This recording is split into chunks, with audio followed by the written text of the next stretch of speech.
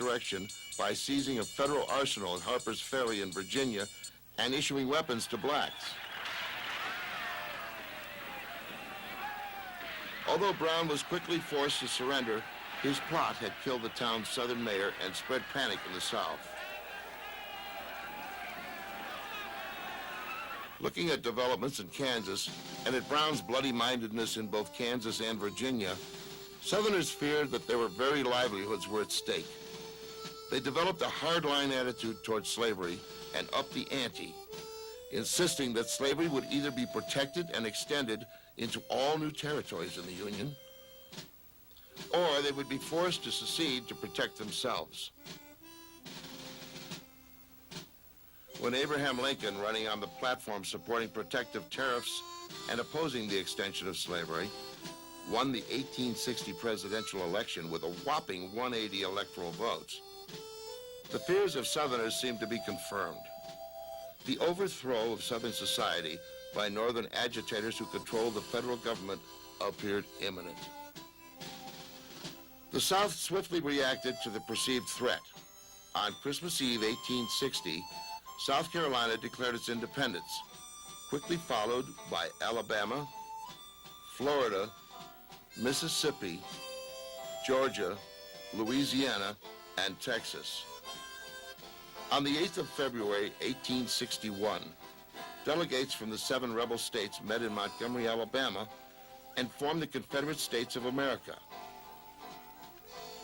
electing Jefferson Davis, a former soldier, senator, and Secretary of War, as Confederate president. The twin pillars of the new nation were states' rights and the legality of slavery. Attempts to bring the 7 states back into the Union by compromise failed, and the Confederates began seizing federal arsenals and forts in their territory. It was against this background of coming war that Abraham Lincoln was inaugurated as president on March 4th, 1861.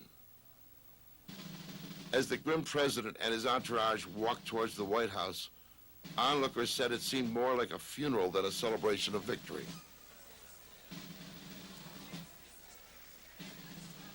Although Lincoln made peaceful overtures to the South on that cold, glum day, his speech was a thinly veiled warning.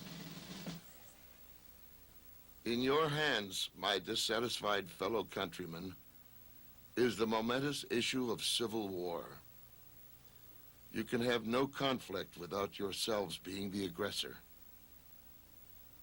You have no oath registered in heaven to destroy the government, while I shall have the most solemn one to preserve, protect, and defend it.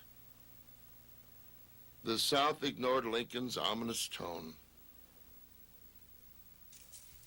Earlier, the Confederate States had resolved to take Forts Sumter and Pickens, the last 2 remaining federal installations in the Confederate States.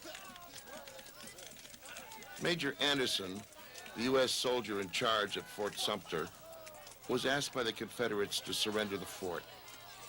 When Anderson refused, the Confederates prepared to bomb him out. On April 12th, 1861, at 4 a.m., the first shots rang out in the Civil War as Confederate General B.T. Beauregard pummeled the fort with a massive artillery bombardment. After sustaining 36 hours of shelling, Anderson accepted the terms of surrender offered by Beauregard and marched his men out of the fort. Amazingly, no one on either side was killed during the ferocious cannon fight. It was the last time that would happen. The American Civil War had begun. The awful carnage would quickly follow.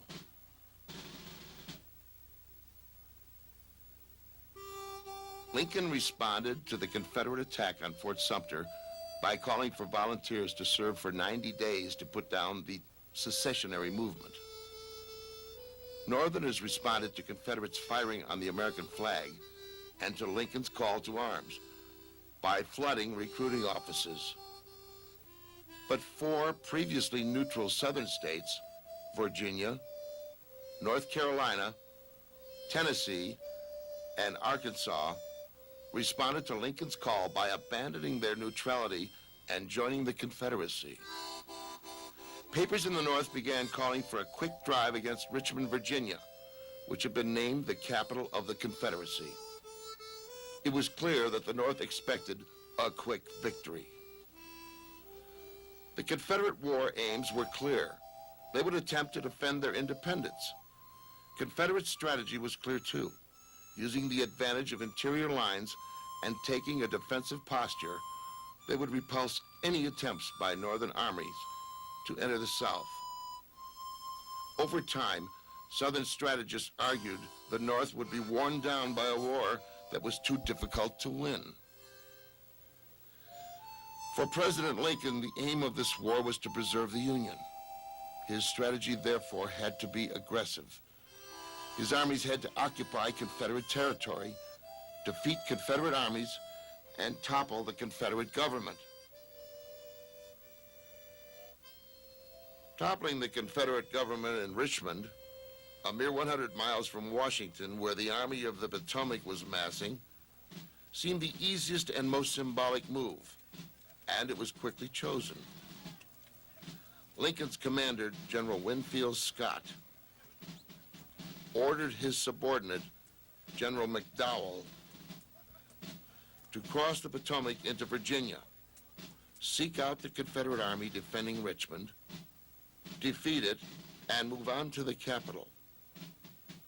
So sure were the Unionists that their victory would be swift and decisive that they allowed sightseers to follow them as they hunted down the Confederate forces near Manassas Junction, Virginia, under the command of General Beauregard, the Confederate hero of Fort Sumter.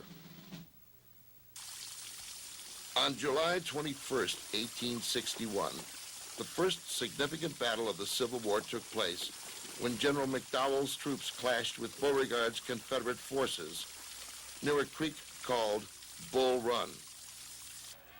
The pro-Union spectators, optimistic that their boys would give Johnny Reb a sound thrashing, were stunned by what they witnessed.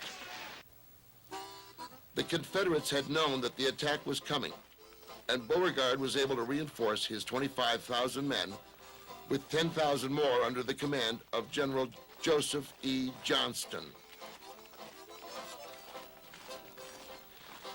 While waiting for Johnston's arrival, Beauregard's men stationed themselves by a stone bridge on the road from Washington. Both Beauregard and McDowell had the same plan, to hold their left flanks and strike with their rights. Due to the inexperience of the raw recruits under their charge, both generals' plans failed.